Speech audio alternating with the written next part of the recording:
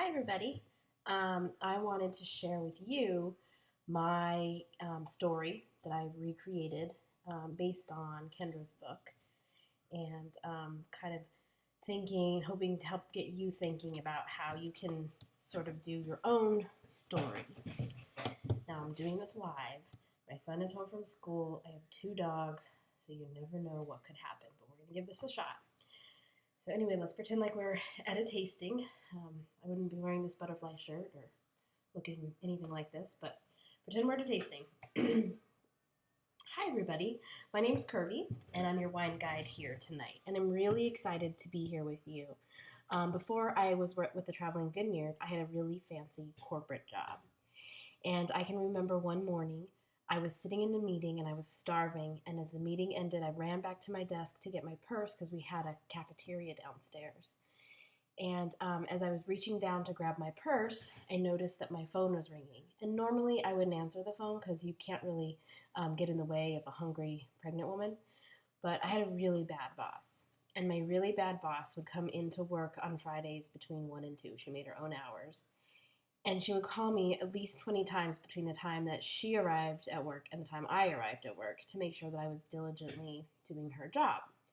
So I didn't want to miss. I was a very hard worker. I always wanted to please everybody. I was really serious about my job, and I didn't want to miss her call. So I picked up the phone, and it was, "Hi, Kirby. This is so-and-so from HR. Can you come down?" Okay. I'm 2 weeks away from my maternity leave, so I figured, sure. We have to go sign some papers or whatever.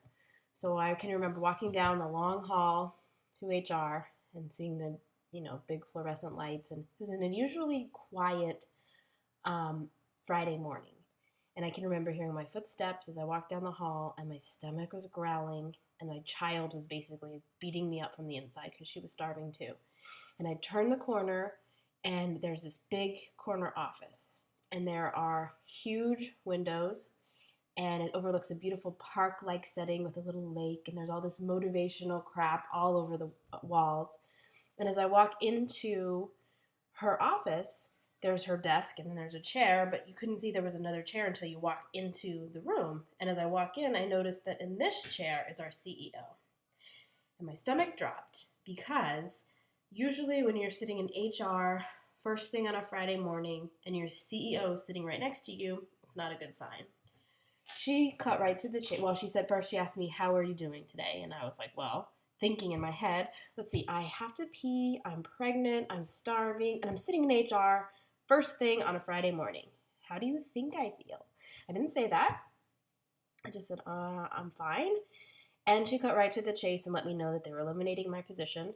I said effective when, and she said immediately, "We're going to escort you back to your desk to get your things and then to your car," as if I was a criminal. I remember her escorting me back down the hall. I can remember hearing both of our footsteps. My stomach at this point is going crazy. My child is basically slashing me from the inside. We make it back to what I call Cubicle City. There were people must have gotten word that I was in HR first thing on a Friday morning because their little heads were popping up like little prairie dogs everywhere. And I can remember thinking, don't make eye contact, because I've been working there for 4 years. And the last thing I wanted to do was to cry. I didn't want anyone to see me cry. But what I was thinking, and as I was walking down the hall, was how could they be doing this to me? I have been working for this company for 4 years. I gave so much of my time and my nights and my weekends, and I had to go on stupid business trips, and I was so loyal. I never complained. And I just remember feeling such betrayal, and I remember grabbing my things and the HR lady, walking me to my car. I put the keys in the ignition, shut the door, and she said, "If anything comes up, we'll give you a call." I must have given her a death look. And she clicked away in her little heels. And I remember shutting the door. Tears came, ugly, sobbing tears. And I called my husband, which I shouldn't have done because he couldn't understand what was coming out of my mouth. When he finally figured it out, he said to me, and I'll never forget it, he said, "Stop. Why are you crying? You hate that job." And he was so right. I hated that job.